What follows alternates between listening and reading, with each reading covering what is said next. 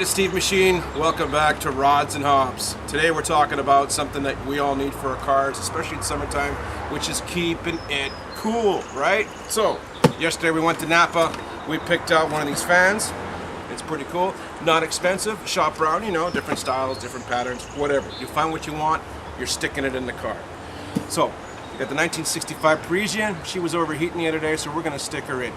There is some wiring to do, some electrical stuff. Minor, real minor.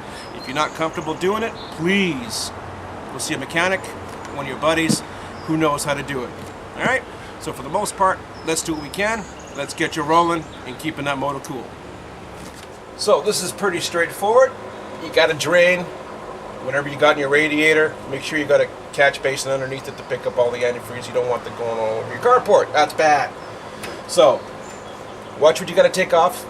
Pay attention to your patterns, where the bolts come out, what hoses go where, because if you hook that up, you got to make sure it's where it goes the right spot. So, pretty simple. What do we got here? We got 4 bolts on this radiator. We got your outtake to the motor, and we got the return line underneath. So, let's start by draining her, and then we'll go from there. All right.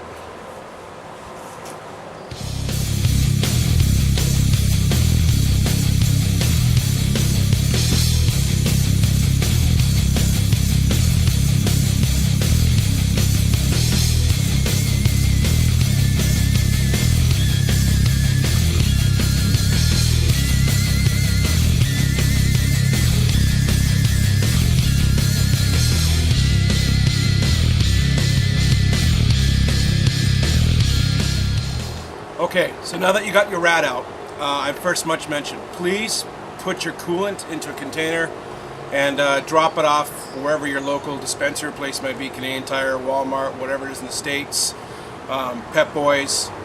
Just don't flush it down the drain. That's bad. So definitely put it in a container and ship it out. So now that you got your rad out, it's pretty straightforward how this one goes on. They're all different. They all mount differently. This one, pretty straightforward. It comes with that. And you got your bag and you got your little, they're like zap straps, right? They come with a couple of bolts and some screws.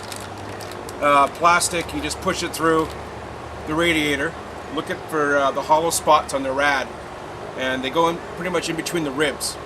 And make sure you mount it on the correct side. Don't mount it where your fan is already.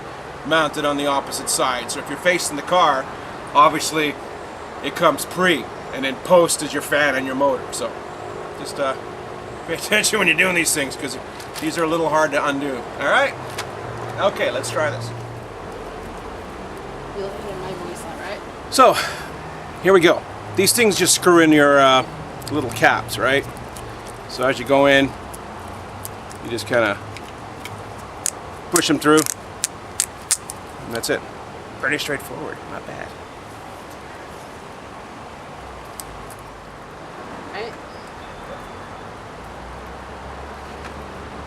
I got it. Go ahead.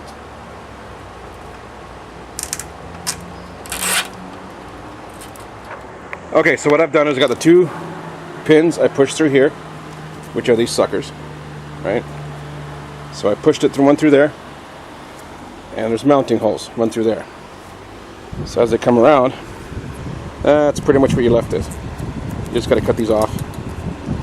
You know, kind of a quick situation. What I'm probably going to do is, just for safety, I can always put through an existing hole a heavy-duty zap strap, things like that. But it's pretty straightforward. Nothing too fancy there. All right, there we go. Oh, keep that at the bottom, and then you can run your wiring through the sides. Okay. Okay, now that you got your fan mounted, so you've got all your pins, you've already pre-cut them, and pre-set up your wiring. So get some red, black to black, crimp them. You don't really have to do any water seal. You can with heat shrink.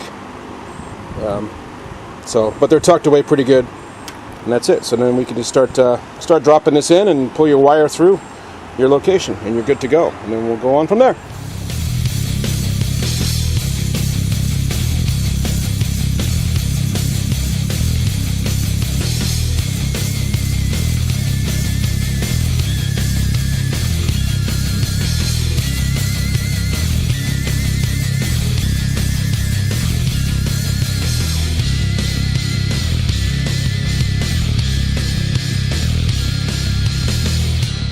Okay, so I've got all my wires put in, and you basically just try and find the route, which is what I did in the back. And I tied it into the firewall, and in she goes. So now we start wiring it from the inside. Alright, so here we are. Got the positive hooked up, ran it through the firewall, and I found a spot to locate this. I threw a centerline fuse in it, so in case something does happen, it pops here. You can get those pretty much anywhere, lower coat, Canadian Tire. And got a spot underneath the dash to hook up. And then just locate the your ground. And then we should be on track. Alright, we'll check back soon. Okay, so I mounted a auxiliary switch there. It's a little toggle switch, which runs the fan. Check it out.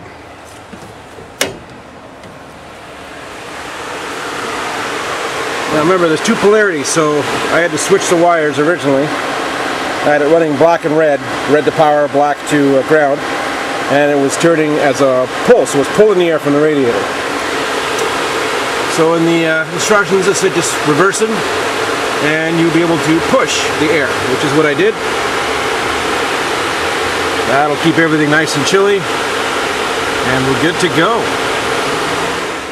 Alright, so that concludes another episode of Rodz and Hobz. Hope you enjoyed it, and I hope that helped you put some cool in your motor. Be safe, drive safe, too much road, too little time. See you next time on Rodz and Hobz.